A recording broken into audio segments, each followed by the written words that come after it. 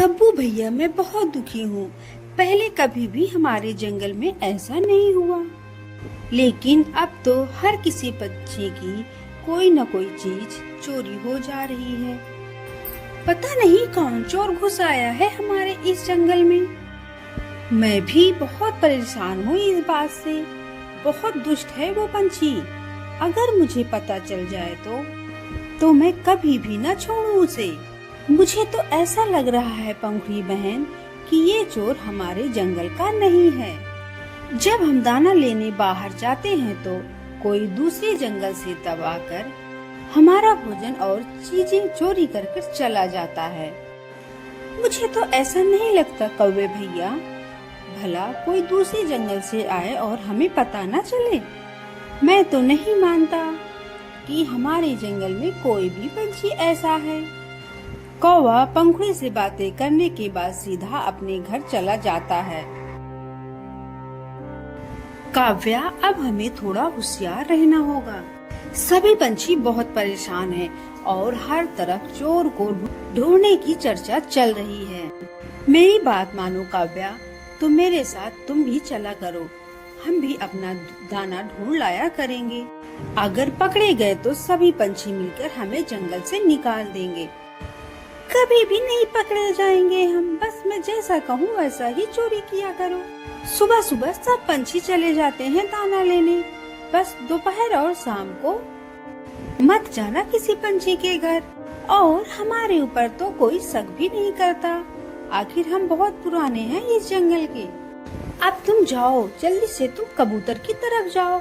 अभी अभी मैंने उसे देखा, पहाड़ों की तरफ जा रहा था। हाँ, मैं भी उधर ही जा रहा था क्योंकि मैंने भी उसे जाते देखा था। फिर कब्बू कौवा कबूतर की घर की तरफ चला जाता है। वाह भाई वाह, कबूतर ने तो दाने इकट्ठे किए हुए हैं। काव्या तो आज खुश हो जाएगी यह दाना देखकर। और फिर कौवा कबूतर का सारा दाना चोरी कर उठा ले जाता है। इससे अच्छा है कि मैं ये जंगल ही छोड़ दूं। इतना मुश्किल से कितनी गर्मी में मैंने दाना इकट्ठा किया और कल मेरा सारा भोजन कोई चुरा ले गया। हम सब परेशान हैं, सबके साथ ही ऐसा हो रहा है। आप ये जंगल छोड़ने की बात ना करें। आपके पूर्वज भी इसी जंगल में रहते थे और मेरे पूर्वज भी इसी जंगल में रहते थे और ऐसा कभी नहीं था। हम जब चोर को पकड़ लेंगे तो सब ठीक हो जाएगा। देख लेना, जब भी पकड़ूंगा मैं ही पकड़ूंगा उस चोर को और मारूंगा भी और इस जंगल से भगाऊंगा भी इस चोर को। मुझे बहुत ज्यादा गुस्सा आ रहा है उस चोर पर। वो तो ठीक है कि मैंने कुछ दाना इकट्ठा ही नहीं किया, वरना वो चोर तो मेरे घर भी आया था। कौवे, भला चोर को तुम्हारे घर से क्या ही मिलता? इसीलिए तो कुछ नहीं मिला उसे, तो वो जाते वक्त मेरा घोंसला ही तोड़ दिया। बस मिल जाए एक बार, छोड़ूंगा नहीं उसे मैं। सुनो जी, एक फरमाइश है, अगर पूरी कर दो तो। क्या बताओ, कोई नई शैतानी आई है क्या तुम्हारे दिमाग में? नहीं, बस थोड़ी छोटी सी इच्छा है। अरे बताओगी कि बस कहती ही रहोगी? मुझे आज अपने मायके जाना है। अरे भाई तो जाओ ना, उसमें मुझसे क्या करना है ना, उसमें तुम्हारा भी काम है। मैं जब भी अपने मायके जाती हूँ सब मुझे ताने देते हैं। तुम्हारा पति है ही आलसी, क्योंकि मेरे पास कोई गहना जो नहीं है। आप प्लीज मुझे उस पंखुड़ी चिड़िया का हार ले आके दे दो। उसके पास दो है, एक घोंसले में रखती है और एक खुद पहनती है। मेरा भी मन करता है कि मेरे मायके वाली तुम्हारी बहुत बड़ाई करें और मैं खुश हो जाऊं। तुम रहने ही दो मेरी इस तरह बड़ाई करवाने के लिए। पंखुड़ी चिड़िया तो हमेशा अपने घर में ही रहती है, आखिर मैं वो हार कब चुराऊंगा? अरे कब्बू, तुम्हें पता है, जब नदी में वो पानी पीने जाती है तब उसका घोंसला खाली रहता है, तभी तुम उसका हार चुरा सकते हो।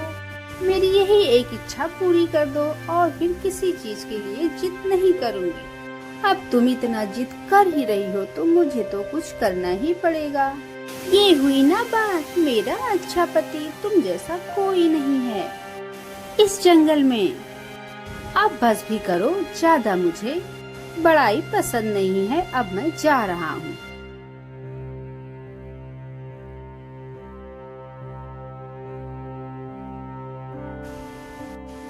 बहुत तेज है काव्या, हर किसी पर नजर रखती है मेरी पत्नी। हार तो रखा है और पंखुड़ी भी नहीं है। मौका बहुत अच्छा है। और फिर कब्बू कौवा जल्दी से हार उठाकर चला जाता है। पंखुड़ी चिड़िया जैसे ही घर आती है, अपना हार न देखकर वह रोने लग जाती है और बच्चे भी वहाँ इकट्ठे हो जाते हैं। हाय हाय, मेरी तो किस्मत ही खराब, जो मैं गई पानी पीने नदी की तरफ। मैंने सोचा कौन चुराएगा मेरे इस हार को। सबको पता है कि ये मेरी माँ की निशानी है और मेरे पास था ही क्या, बस एक मेरी माँ की निशानी ही थी, वो भी कोई दुष्ट चोर उठा ले गया। जल्दी से छुपा लो, और हाँ, इस हार को यहाँ न पहनना, जंगल से बाहर निकलती ही पहनना। और अब तुम जाओ अपने मायके और मैं अब जाता हूँ चिड़िया की तरफ। अगर मैं न गया तो सब मुझ पर शक करेंगे। हाँ हाँ, तुम जाओ, और अब मैं भी जाती हूँ अपने मायके, और मैं तुम्हारे लिए मायके से अपनी माँ के हाथों के बने लड्डू भी ले आऊंगी। आखिर तुम मेरा इतना ख्याल जो रखते हो, मेरे ही कहने पर सब पंछियों की चोरियाँ करते हो तुम। और फिर कौवी अपने मायके और कौवा चिड़िया के घर की तरफ चल देते हैं। वो आ गया कौवा भी, शायद इसको कुछ पता हो, इससे चलो पूछते हैं। कौवे भैया, आज तो हद ही कर दी उस चोर ने। इस बेचारी चिड़िया की माँ की निशानी को उठा कर ले गया है। इससे बढ़कर और क्या जुर्म होगा। देखो बेचारी कैसे रो रही है। पता चला था मुझे, इसीलिए तो भागा भागा मैं आया हूँ इन्हें समझाने। पंखुड़ी चिड़िया, तुम घबराओ नहीं, मैं ढूंढ लूंगा उस चोर को। फिर उसे मैं जूते मार मार के सबके सामने इस जंगल से निकालूंगा। बस थोड़ा धीरज रखो, बहुत जल्द ही वो समय आने वाला है। इधर कभी भी अपने मायके पहुंच जाती है। हाय मेरी बेटी, ये हार तुमने कहाँ से लिया है? ये तो बहुत ही सुंदर है और तुम्हारे ऊपर बहुत अच्छा भी लग रहा है। मेरे पति लाकर दिए हैं माँ। कितना अच्छा है मेरा दामाद, कितना ख्याल रखता है मेरी बेटी का। हाँ माँ, मैं बहुत भाग्यशाली हूँ जो मुझे कब्बू मिला। जो भी बात मेरे मुंह से निकलती है तुरंत पूरी करता है। और फिर बातें करते करते शाम हो जाती है। माँ, अब मैं चलती हूँ। ये तुम्हारी छोटी बहन बहुत दिनों से कह रही थी मुझे जाना है दीदी के घर। ऐसा करो बेटा, इसे लेते जाओ, मैं कल आकर इसे बुला लाऊंगी। हाँ हाँ माँ, क्यों नहीं, अब तो इनके जीजा जी रंग बिरंगे खाने लाते हैं। चलो, ये भी खा लेगी 2-4 दिन। और वो दोनों बहनें वापस आ जाती हैं।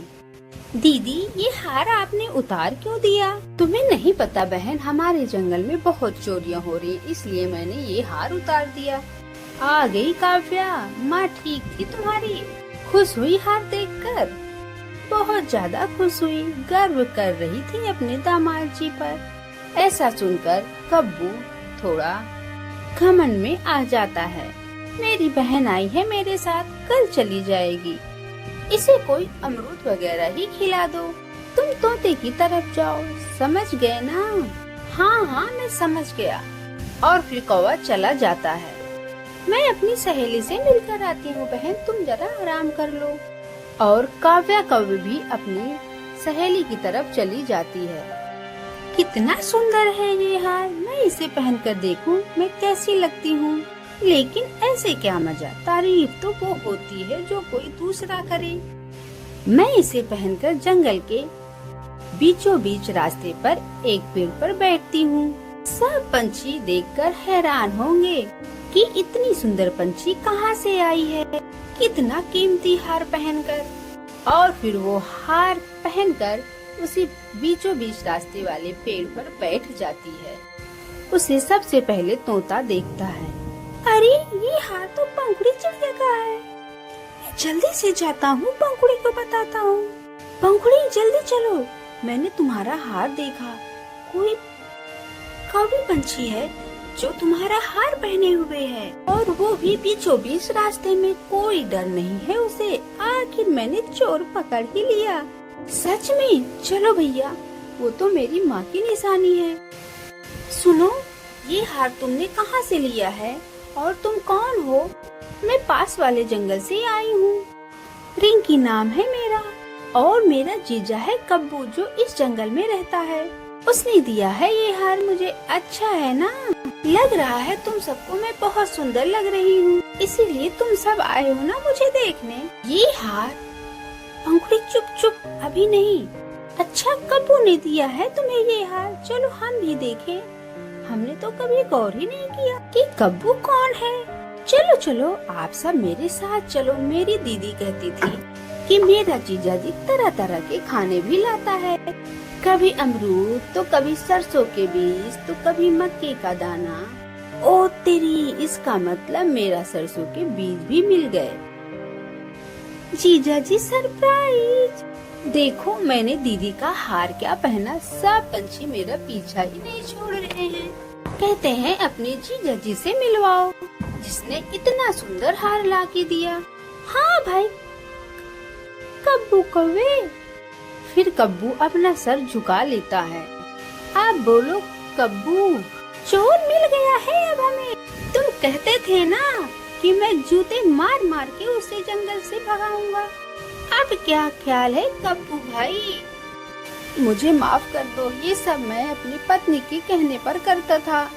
चिड़िया, ये हार ले लो आप। वो तो हम लेंगे ही, लेकिन तुम्हारी भलाई इसी में है कि तुम अपनी पत्नी और साली को लो और चले जाओ अपने ससुराल। और फिर सब पंछी मिलकर कब्बू कौवे को उस जंगल से निकाल देते हैं। इस कहानी से हमें सीख मिलती है कि चोर कितना भी चालाक क्यों ना हो, कोई ना कोई निशानी वह छोड़ ही देता है।